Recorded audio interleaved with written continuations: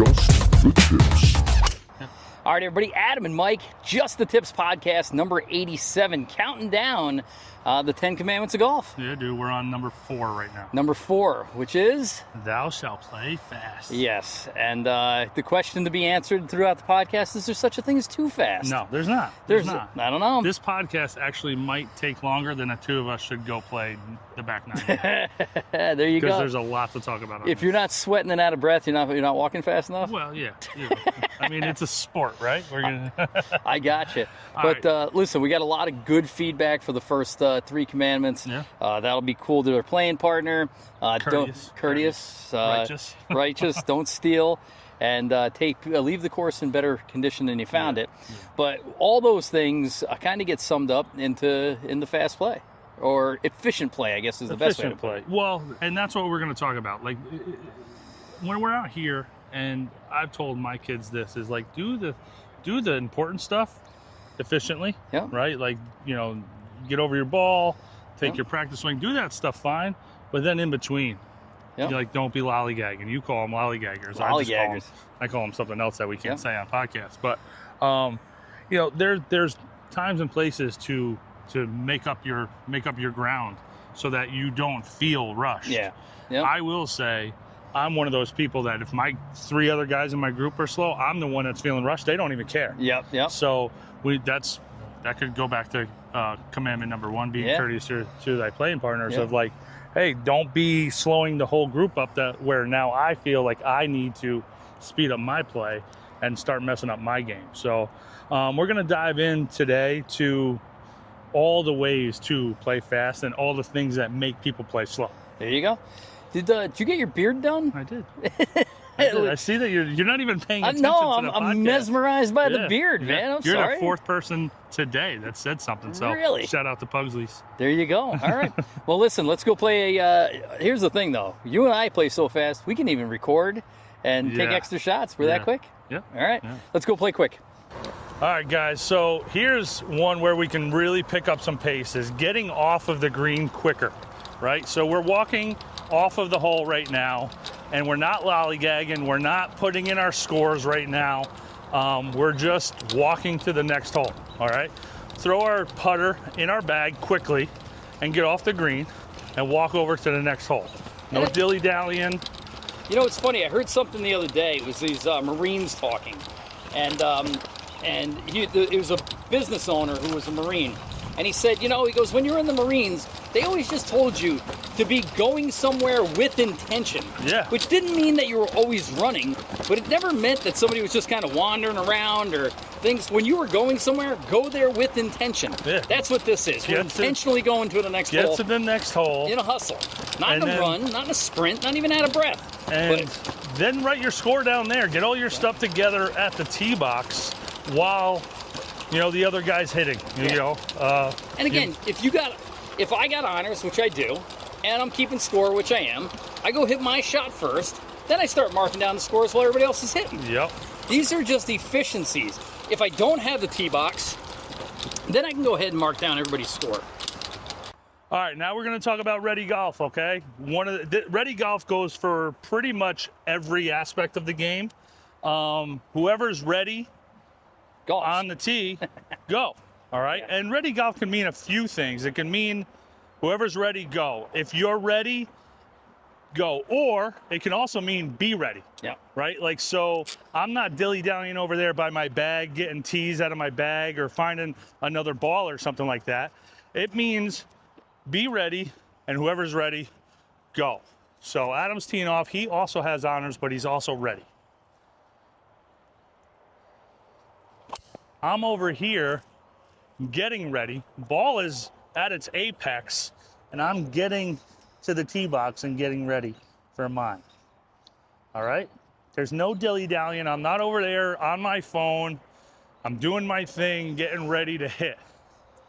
Now I'm over here off the tee, as close as I can be to my cart, but I also have good line of sight on Mike's ball. One of the things about playing fast is, if Mike loses that ball, and I don't have a good shot right down the middle, it could end up costing us more time out here looking for a ball that I could have kept eyes on. Little things that we can do on the course Like Adam's over by his bag already, putting his head cover on.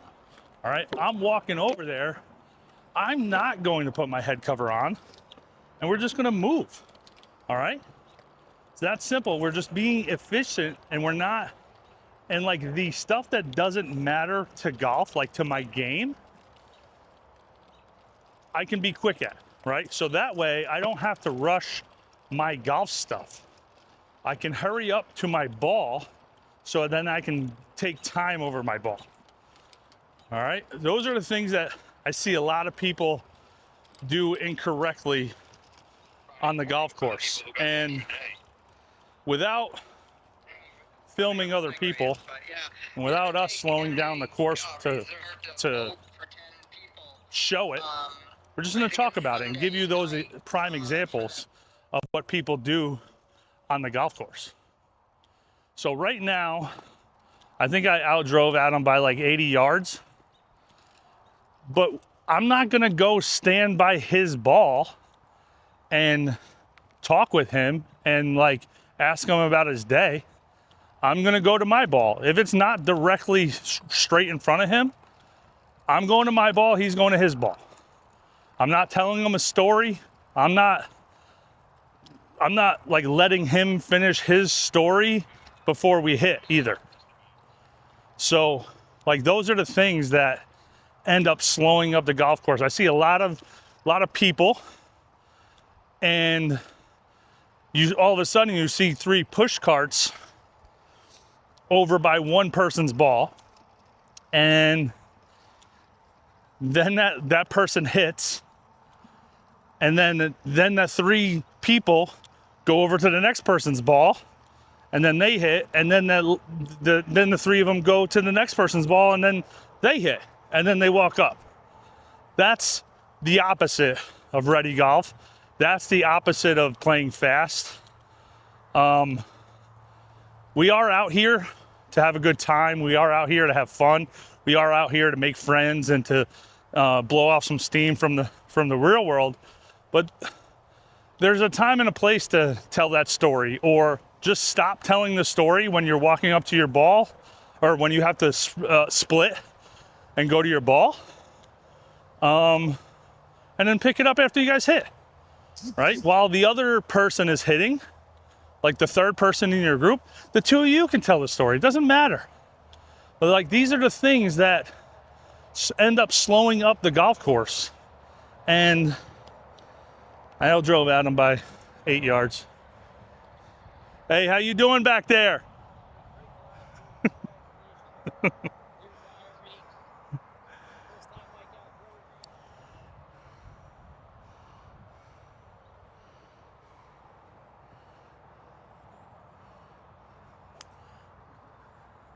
Okay, he's ready, he's hitting,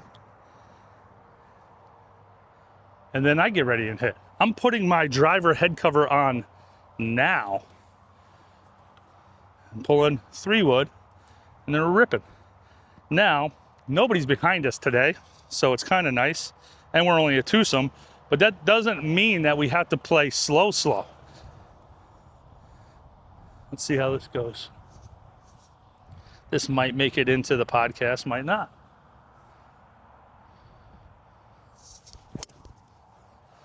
All right, I'll leave it in there.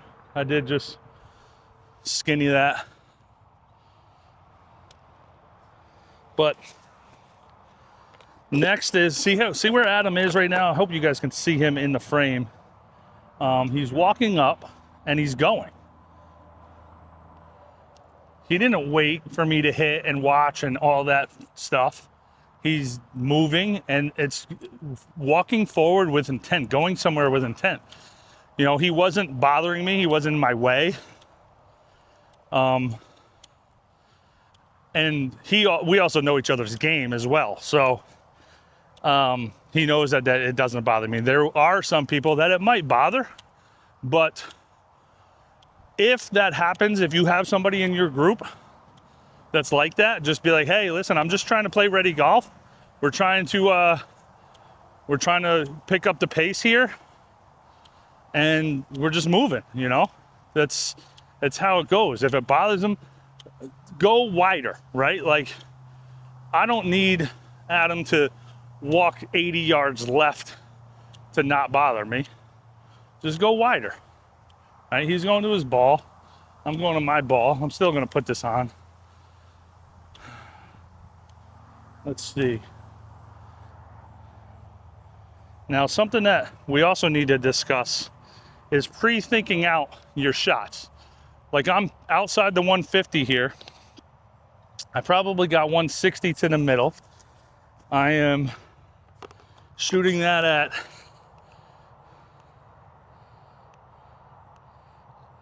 come on, rangefinder, 178. That pin's back. I already know the wind's in the face because I was feeling it as I was walking up. I don't need to do all those things. I just need to pick my club and go. And I'm not playing fast. I'm playing efficient. Maybe that should be the name of the commandment.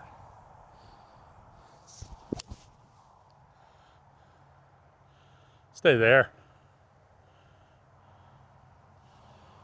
All right, we'll see where that ends up. But the name of the commandment should be playing efficient. See what Adam just did there as well? He's 80 yards up ahead of me. He stayed off on the side, and he got to his ball. I'm just crossing the 150 marker right now, and he's at his ball. Now, those of you who only listen to the podcast, we do appreciate it. I'm going to give you guys all a shout out. Thank you, everybody who listens. We found out we have a few more listeners around the country, so we appreciate it. If you are listening to us on YouTube, make sure you give a follow. Leave a comment down below. Let us know where you're listening from, because we want to know. Spotify, I got all the latest episodes up, so make sure you give a listen there as well. But now I caught up to Adam. By the time he replaced his divot, I caught up to him, and now we're rocking and rolling.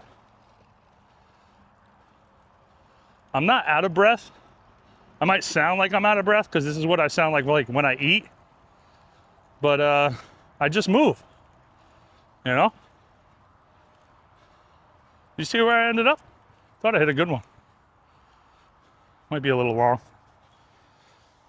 All right, guys, so now we're gonna talk about ready golf, all right? So like I said, there's two meanings to it, really. Is whoever's ready, go and play, hit your shot, and also be ready, right? Like no dilly-dallying with your glove and your phone and stuff like that. Right. But if you're ready, hit means it doesn't matter who's further away from the hole, doesn't matter who just, had a 7 instead of an 8, stuff like that. Within reason. Within reason, right? Like I know Miss Paddock had a situation the other day where she was still chipping and the lady was in the cart off the green onto the next tee box. So you go, okay, that's getting a little aggressive. But if I'm on the green, like on the last hole, you were above the pin, I knocked it stiff. You chipped it over the green. You didn't knock it stiff. I was 10 feet. But you had to walk across the green, mark your ball, adjust your ball, and I want to give you that time. So I go, hey, I'm gonna bring it up. Absolutely. I'm closer. Absolutely. Now again, if this was a heavy duty match, if this was money. Yeah, I would say on the green is a little bit tougher just because it makes a difference, right? Like if I know you missed your birdie putt, now I don't have to get super aggressive like those things. But tee box, only thing is don't jump in front of a birdie or an eagle, something like that, right? Like a little respect, respect the birdie. Yeah. But if you made a 6 and I made a 5, and you get to the tee box before me, just Have go. at it. Just go. Like there's I'm not sitting there waiting. You left your putter cover on the last hole. Like I'm not sitting there waiting for you. Well, just go and hit. Yeah. Say we're playing pin in. I have this 5-footer, right? No. Let's work from we're still on the tee box. All right. No, now we're in the fairway. Okay. Okay. So we're in the fairway. I got 160. You have 150. I gotta kind of think about maybe coming over to this bunker. I don't know what to do. And you're ready. You're in the middle of the fairway. Yeah. Hit the ball. Yeah. You don't have to wait for me. Yep. Right. So that's the one thing I was trying to talk about on the last hole. Gotcha. Was like, you don't have to wait uncomfortable amounts of time. Like there's plenty of times when I see, especially Miss Paddock, like she's super respectful about it, almost too respectful to where she's waiting a long time while I'm over there trying to figure out figure out what I got to do. And she's, short side, she's on the fringe here. I'm stuck in a bunker. I leave one in a bunker. Now I'm all pissed off. I'm huffing and puffing, and she can chip. She doesn't have to wait for me. And there's plenty of times where she does, because it's a respectful thing to do. But unnecessary. It's unnecessary because you don't have to wait. We're just playing a recreational round. The other thing in the fairway too is walking down the fairway or riding down the fairway, telling your story. I said that on the last when hole. your ball is all the way over there. Like I said, you see all these folks clumped together in the middle of the fairway. So I said that, but I didn't say it about carts, because I said because we were walking, we don't need to walk over to each other's ball. Same thing with the cart. So explain that. No, so we see it all the time.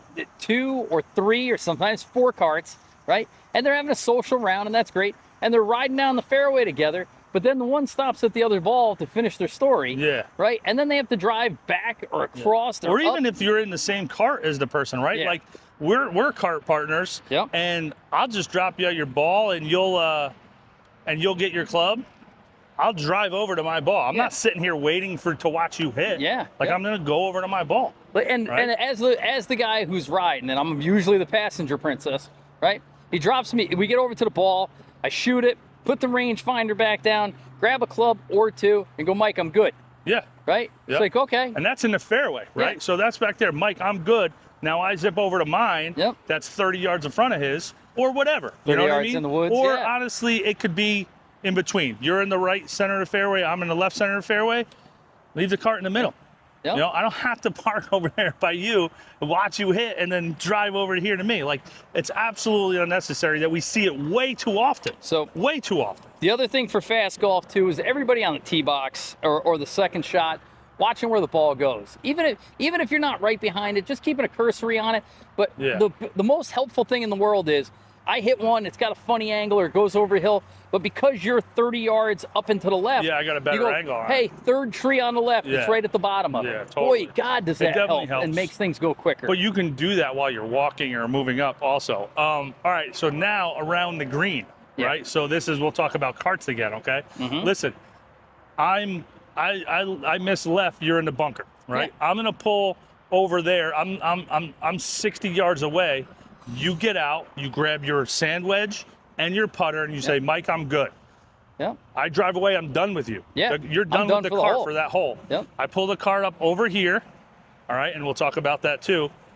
I get my wedge and my putter. You don't need to come back to the cart. You got all your stuff. You just saved a bunch of back and forth. I don't have to wait down there to come up to my ball. You don't have to go back to the cart. Efficiency, okay? So that's the one thing. And it could be vice versa, right? We talked about that in the regular 10 Commandments, the original video, so go back and watch that. Is if I'm in the bunker, I get out, get my sand wedge and my putter, you take the cart. Even though you're not the driver, doesn't mean you don't touch the steering wheel. Exactly. You know what I mean? Like, there's efficiency that makes things flow so much better. All right, listen, we're going to move on. We got people behind us, so we're going to move. Let's go. They're on the fairway, so we're not holding any, or they're on the tee box, so we're not holding anything up. So, guys, one of the big things is how to enter and exit a green. The fairway's there. I'm over here. The next tee box is over there. I didn't bring my cart over here to chip it, then bring my cart over there, or have to come back and forth. I brought it over there. I left it where I'm going to exit the green. I'm going to chip on, make my putt. Maybe I'll chip in. Let's chip in for the fans. How about that, Mike? Right? Right? But long story short, though, is after I make that putt, I'm going to walk to my cart, and it's directly in line with the next tee box. This is what we talk about efficiency as opposed to speed, right? And actually, it might take me about 30 or 40 extra seconds to walk the cart to that far side of the green. But now... Well, like for instance, right there. I could have left my putter over here, because that's kind of whatever would you'd think makes sense, but I'm not going to go that way. I put my putter over here so I can come grab it. You know, just the efficiency thing. So, and again, you know, one of the big things is it's about the people behind you. This goes back to number one. There's a group of foursome behind us that are moving faster than anybody I've ever seen. I told him he needs to slow down because we're trying to shoot a podcast on slow play. But the bottom line is, get in. What a oh, Sandy. So good. What a Sandy. Way to be. Is when those guys are in the fairway, if you're walking in the opposite direction of where the next hole is, you're just infuriating them. And maybe not, like they're going to get, rip-roaring mad. But I know when I'm in the fairway, get in. Damn it, it's a 5. When I'm in the fairway and I see the people being inefficient and walking in the wrong direction, it's I'm just like, come on. Annoying. So even if it took 30 more seconds to put it over there, you clear the green quicker and more efficiently. And that's half the battle. Remember the G.I. Joe? It's half the battle, man. Knowing is half the battle. Joe. Preparation is half the battle. It is. So we'll keep talking here, but we were just getting off of the green quicker that you have a shot for them. We're not messing with scorecards. We're not dilly-dallying in our pockets. We're getting out of the way so that they can hit. And it's called ready. Again, it's ready golf. Like we got ready to get off the green next, Another thing I want to talk about real quick is the pocket thing, or like the knick-knacky thing, doing stuff in between your shots. Or you can do all your knick-knacky things when you don't have to be doing something else. In and out of the cart, grabbing stuff out of your bag, reaching in the back of the cart, all those things, like, don't be doing them when it's your turn to be hitting your shot or whatever. I see the knick-knacky stuff like way too often of like, you like, say you hit right now. Yep. And I'm over here dilly-dallying, reaching in my bag to grab a Zin or something like that. Like, no, like wait until it's not your turn to be doing something. All right, guys, I'm out here. We're on the back 9 at Wiltwick, and I'm out here by myself. Sorry, it might be a little windy. When I was in the pro shop, I saw one of the owners. He was going out on the 10th hole, and he goes, "Are you going?" And I was like, "Yeah, I was just gonna go out and play 9. I'm out here chilling." He was like, "All right, well, go ahead, because you're single and we're 4, and I got people out here that they don't play golf very often, so it's going to be long." And I told him, I was like, "Dude, no." I was like, "I got to film. I want to go out there and chill. I don't want to rush. I don't want to mess around." He was like, "You sure?" I said, "Yeah, man, go ahead." So those are the little things that make your club just a little extra special, when people are courteous and they're aware and they understand the etiquette, and that's what this whole podcast is about, is and that's what the 10 Commandments are about, is being courteous, being aware, things like that. So, and he even asked me on the first tee, he was like, "Are you sure?" So that way he knows that I'm in no rush. He offered, so he knows that, like, now he's not pressured. And I also know, like, he offered to me and I said no, so now I can't I can't get like mad that they're taking long. So it's kind of like this give and take kind of thing, to where if I wanted to go ahead, I had the opportunity, or now it's my choice if I want to skip a hole or not. I'm out here having a good time. Gonna play a few holes and that's it, so those are the things, guys, are like little tiny pieces that go a really long way when it comes to a good day on the golf course. So, like I said, hopefully you got some, a little bit of the feels of what we're talking about while we're out on the course. We know it's probably a little bit choppy, but, long story short is when you're on the course, we play all the time. We walk most of the time. We ride sometimes. Sometimes we're filming. Sometimes we got a drone out there. Yeah. But we're never slow. We're never the reason why the course is held up. And here's the thing. There might be times, this guy might be hitting up right towards us. It's fine. You got through. There might be times when a lot of people, a couple of guys in your group might be kind of, spraying the ball and stuff like that. And you might fall behind, but make an effort to pick it back up. Don't slow down to the pace. You know what I mean? Have you ever seen that where they just like, hey, we're at a position, just grind to a halt. You know. Yep. I think you had said something about pace of play when the camera was off, that it messes up people's play when you get out of rhythm. Yeah. You know what I mean? Yep. We play with a good guy, good player, but he really struggles, and he's extremely vocal about it, that when the pace of play is steady, he's got no problem. But when the pace of play grinds to a halt, it affects his score in a way that he needs to let everybody in a 3-county area know about. Well, I said this, and this is how that conversation started, is that, like, I feel like I have muscular Alzheimer's. What did I say? Amnesia. Yeah. It's like, if I don't swing that club for, 7 minutes. Yep. Or 12 minutes, 15 minutes. Yeah, sometimes. It's like, dude, I forgot what I'm doing here. Yeah. So it just helps you stay in a rhythm. There is a little controversy out there of, like, playing too fast. Well, you brought this up. I've never heard of this before. You get one person in a cart. Well, here's what I would say too. This is not a us problem. This is a pro shop problem, right? Because if it's a busy Saturday afternoon and you bring yourself out here and you don't have any friends and you decide that you're going to be the single that's going to try and play a 3-hour 9 or 3-hour 18 in the middle of all these foursomes, you're doing it wrong. And shame on the pro shop for not matching you up. They do. Here, they do, because they want to accommodate everybody. But you're down south at Caledonia. Oh yeah, no, they're not letting you're getting paired up. Because of that reason. That's the reason.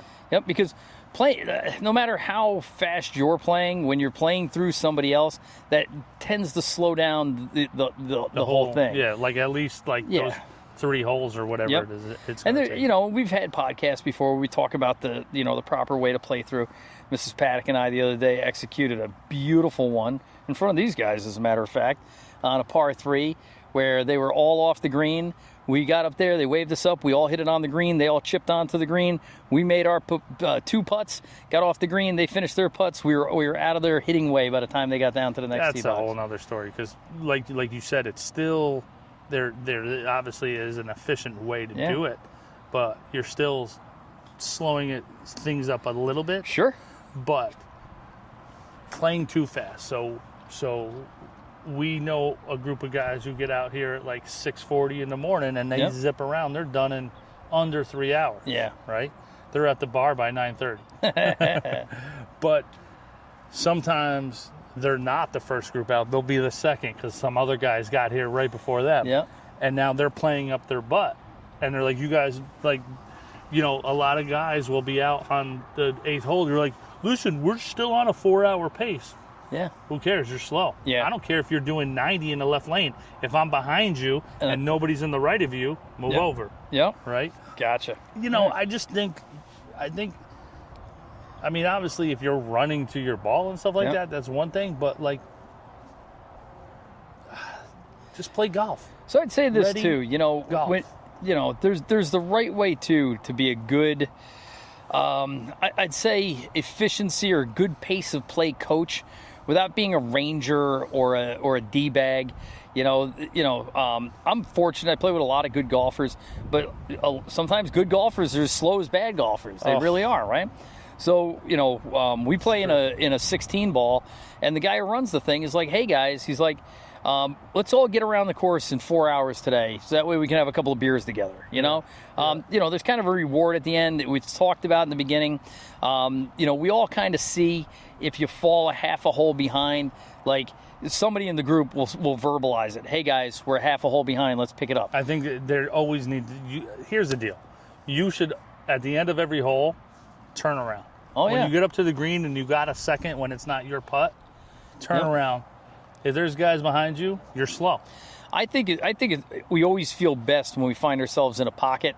Like we're the only person on the hole every time. There's nobody behind us, nobody in front of us. Or that's ideal, but it's not. It's what we want, but it's not often going to happen. I think 2 groups on a hole, right? Like tee and green. Yep. Right? Even, like par threes, it's going to be a little tougher, but not a lot of waiting. You're smooth up to your shot. These guys aren't standing behind you with their hands on their hip or anything like that. But if there is guys behind you and there's nobody in front of you, yep, it's you. You're the problem. That's what did I said this to you a while back? Yep. Like if there's always a sucker at the table. At the poker table, at the poker table, and if you don't know who it is, it's you. So, but that's the thing is again, you can't control what the people in front of you are doing, and you certainly can't control what the people behind you are doing. You can't control what you and your foursome are doing. And just, again, you don't have to be a speed walker, but you do have to be conscientious. And, again, perfect pace of play. Most courses, 4 hours and 15 minutes. And then we can all tell our wives it took 7 hours so we can sit at the bar. Right. And we talked about that in the full 10 Commandment episode, about what that is doing to the business here. Business side of it. This is a business. Yep. Okay, they want to make money. Now, that's the thing you notice at the big resort courses is they just don't tolerate it because you're messing with their business model. Yeah. They designed something that's meant to pump 4 people through it every 10 minutes, 15 hours a day, Dude, 7 days a week. Some of them even go down to 8 minutes. They do, man. 8 minutes, yep. Man. And then, like I said, the player assistant, formerly known as a ranger, comes out and he says, "Hey, fellas, anything I can help you with today?" Nope. That's as good as hurry up. Well, that's the first one. First time. Yeah. That's Second the first time one. is, "Hey guys, notice you fell a few holes behind. Let's move it along." Right. A nice push. Yep. And then a third one is, I'm guys, sorry guys, you got to skip this hole. If you don't pick it up in the next half a hole, yep, then you guys are gonna have to skip a hole. And then I look and I'm like, it's not my fault. It's him. It's him. Yeah. I'm trying. Yeah. Yep. Yeah. Sure. Yep. Yeah. So here's the deal, guys. And another thing, last thing, and then we'll wrap it up. All right. Is what you were just saying. You don't have to be a speed walker. Here's the deal. You can walk slow as long as you walk efficiently, right? So, we showed on camera earlier that Adam's not standing there watching me hit. He's walking up ahead around to the side, but he's not running. No. He's just walking. And I never feel like I'm putting myself in a place of danger. Although I got to be honest, when you play with better golfers, you take a little more liberties, which you probably shouldn't. True. And then you play with some guys of lesser ability, and you got to have a helmet on. You got to be careful. Just don't go 45-degree angle to the right because you're going to catch one off the hosel. Exactly. You can go to the left though. Yep. But that's the whole. If you want to be leisure out here, just do it leisurely ahead of time. Yep. Efficiently. So to wrap up, right? Ready golf. Okay. So ready on the tee, which means be ready to play. Which means you're ready to play, and also whoever is ready can go. Yep. Same thing in the fairway, and not going to your partner's ball with them. Yep. Go your own way. All right. And then around the greens, chipping and putting. Hey, grab your putter and your wedge.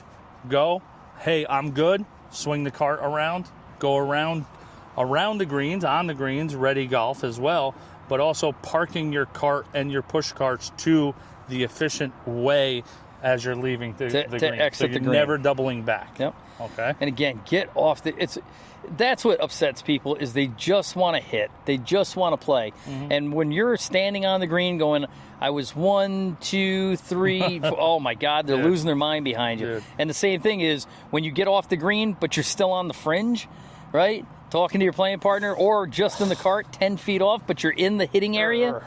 It just gets frustrating. So there are a few times when you can not be thy courteous to thy playing partner. Yeah. Is when that guy does it, when he's on the green and he's just counting. Yeah. Fly one up there. No, don't do that. See if he starts moving quicker after that. I got you. It's what we'd all like to do, and none of us should. Yeah, don't do it. Anyway, listen, excellent podcast today. We are 4 of the 10 Commandments, so I'm not great at math, but I believe that's 40% of done. Yeah. So, listen, guys, I want to talk about, I want to thank everybody who's listening. Make sure that you follow, subscribe, YouTube, Instagram, and Spotify for the podcast. And Spotify, big time. And Apple. See, right. You asked me the other day, I re-listened to our 10 Commandments on Apple, and it's a very nice listen. without the video because I don't have to look at you again. But the beard. it is a good looking beard. But the YouTube is our preferred place. If you could do us a favor, get on there, like, subscribe, don't miss an episode. And bottom line is share this with your friends.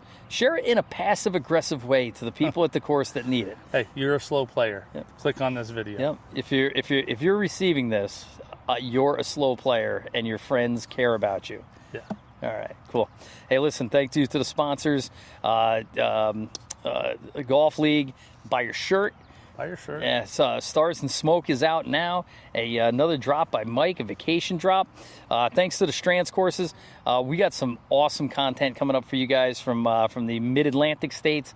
Coming back to Todd Hill Farm, True Blue, Caledonia, and something very special we're bringing to you guys in the next several weeks. So keep a lookout for that. But really, thank you to all our partners and sponsors. Yeah. All right, man. All right, man. Listen, this was nice. I'm beat, dude. That was a good workout this morning, but I'm tired. Need a beer and a burrito. You done talking yet? I don't know. Say, I'm Adam. I'm Adam. I'm Mike. Just the tips. Burrito time. Just the tips.